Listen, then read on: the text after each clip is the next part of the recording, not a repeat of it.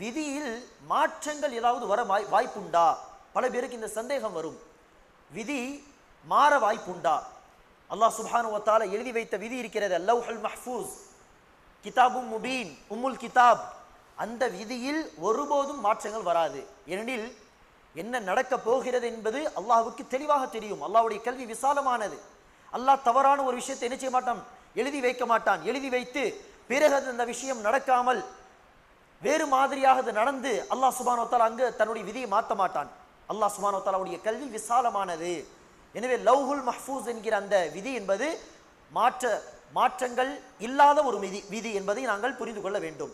ஆனால் அதே நேரத்தில் ரசூல் அவர்கள் துஆ செய்தால் விதியே மாறிவிடும் என்று சொல்கிறார்களே, அது ஆதாரபூர்வமான செய்தி. லா யருத்துல் கதாஅ இல்ல துஆ, விதியை எதுவும் மாற்றாது துஆவை தவிர என்று ரசூல் அவர்கள் சொல்கிறார்களே, அதற்கு என்ன அர்த்தம் என்று சொன்னால், அங்குதான் நாம் என்ன செய்ய வேண்டும், விதி தொடர்பான பல ஹதீஸுகளை ஒருங்கிணைத்து பார்த்தால் அதற்கான விடை நமக்கு புரியும். அல்லாஹ் குர்ஆனிலே சொல்கிறான், லா தப்தீல லிகலிமாத்தில்லாஹ், அல்லாஹ்வுடைய வார்த்தைகள் மாறாது, அல்லாஹ்வுடைய விதி மாறாது. அது எதை குறித்து அல்லாஹ் சொல்கிறான்? லவ்ஹுல் மஹ்ஃபூஸை குறித்து. நபி அவர்கள் துஆ செய்தால் விதியே மாறும் என்று சொல்கிறார்களே, அது என்ன விதி என்று சொன்னால், அங்குதான் நாம் என்ன செய்ய வேண்டும், விதி தொடர்பான மற்ற செய்திகளை எடுத்து படிக்க வேண்டும், ஆராய வேண்டும். அங்குதான் நமக்கு புரியும்.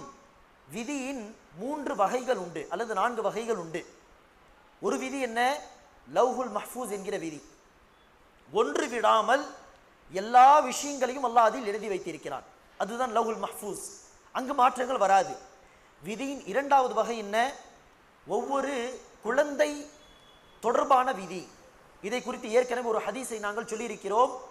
தாயின் கருவறையில் ஒரு குழந்தை 120 நாட்களை அடைந்து விட்டால், 40 நாட்கள் இந்திரிய துளியாகவும், அடுத்த 40 நாட்கள் இரத்த கட்டியாகவும், அடுத்த 40 நாட்கள் சதை துண்டாகவும் இருந்து 120 நாட்களை கடந்து விட்டால், அப்போது அல்லாஹ் என்ன செய்கிறான், உயிர் ஊதிவிட்டு ஒரு மலக்கை அனுப்பி பிறகு அந்த குழந்தையுடைய விதியை எழுதும்படி சொல்கிறான் என்று ஒரு ஹதீஸை பார்த்தோம். எத்தனை விஷயங்களை எழுதுவார்கள்? 4 விஷயங்களை. அந்த குழந்தையுடைய வாழ்வாதாரம் என்ன, சாகும் வரை அல்லாஹ்வுடைய ரிஸ்கை எப்படி அது அனுபவிக்க போகிறது, மௌத்துடைய நேரம் என்ன, உலக ரீதியாக என்னென்ன செயல்களை ஒவ்வொரு நாள் அது செய்யும், மார்க்க ரீதியாக அது பாக்கியசாலியா துர்பாக்கியசாலியா என்கிற செய்திகள் அல்லாஹ் எழுதிவிடுகிறான். இது அந்த குழந்தை தொடர்பான விதி. அந்த குழந்தையோடு அந்த நபரோடு தொடர்பு இல்லாத பல விஷயங்கள் இருக்கலாம் இந்த உலகத்திலே. அந்த விஷயங்கள் எல்லாம் அந்த விதியில் வராது. அந்த குழந்தை அந்த நபரோடு தொடர்பு கொண்ட விஷயங்கள். இப்போது நான் இருக்கிறேன், என்னோடு நீங்கள் எல்லாம் தொடர்பு கொண்டவர்களாக இருக்கிறீர்கள். எனவே என்னுடைய விதியில் உங்களுடைய பெயர்கள் எல்லாம் வந்திருக்கலாம், உங்களுடைய விதியில் என்னுடைய பெயர் வந்திருக்கலாம்.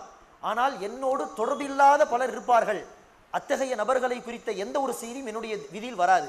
என்னோடு தொடர்பில்லாத விஷயங்கள் என்னுடைய விதியில் இருக்காது. என்னுடைய விதி என்னை தொடர்பான விஷயங்களை மட்டுமே உள்ளடங்கியதாக இருக்கும். இதை அத்தக்தீருல் உம்ரி என்று சொல்வார்கள். ஒவ்வொரு நபருடைய வாழ்க்கை தொடர்பான விதி. அதில் அவனோடு தொடர்பு இல்லாத விஷயங்கள் உள்ளடங்காது. 3வது விதி என்ன?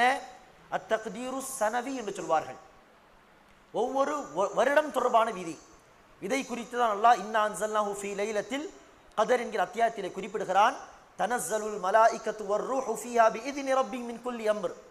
லைலத்துல் கத்ர் என்கிற இரவிலே ரூஹ் என்கிற ஜிப்ரீல் அலைஹிஸ்ஸலாம் அவர்களும் மற்ற மலக்குமார்களும் விதியை எடுத்துக்கொண்டு கீழே வருவார்கள். அல்லாஹ்வுடைய கட்டளை எடுத்துக்கொண்டு அடுத்த லைலத்துல் கத்ர் வரை என்ன நடக்க போகிறது என்கிற விதியை அவர்கள் எடுத்து வருவார்கள். அது என்னது?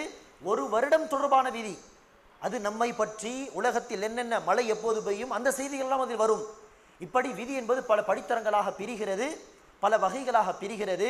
துஆ செய்தால் விதி மாறும் என்பது எந்த விதியை குறித்து ரசூல் அவர்கள் சொல்லியிருக்கிறார்கள்? ஒவ்வொரு நபருடைய விதி தொடர்பான விஷயத்தை குறித்துதான். என்னுடைய விதியில் ஒவ்வொரு நபருடைய விதி இருக்கிறதே, அதில் மாற்றங்கள் வரலாம்.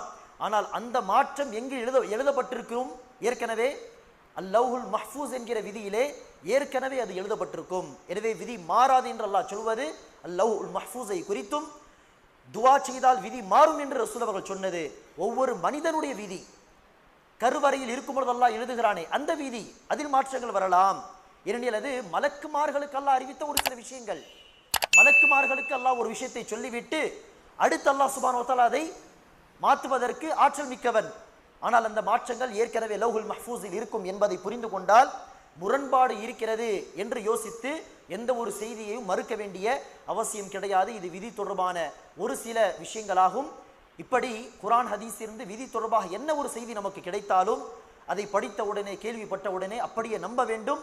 தேவையில்லாத விஷயங்களை குறித்து யோசிக்க கூடாது, சிந்திக்க கூடாது.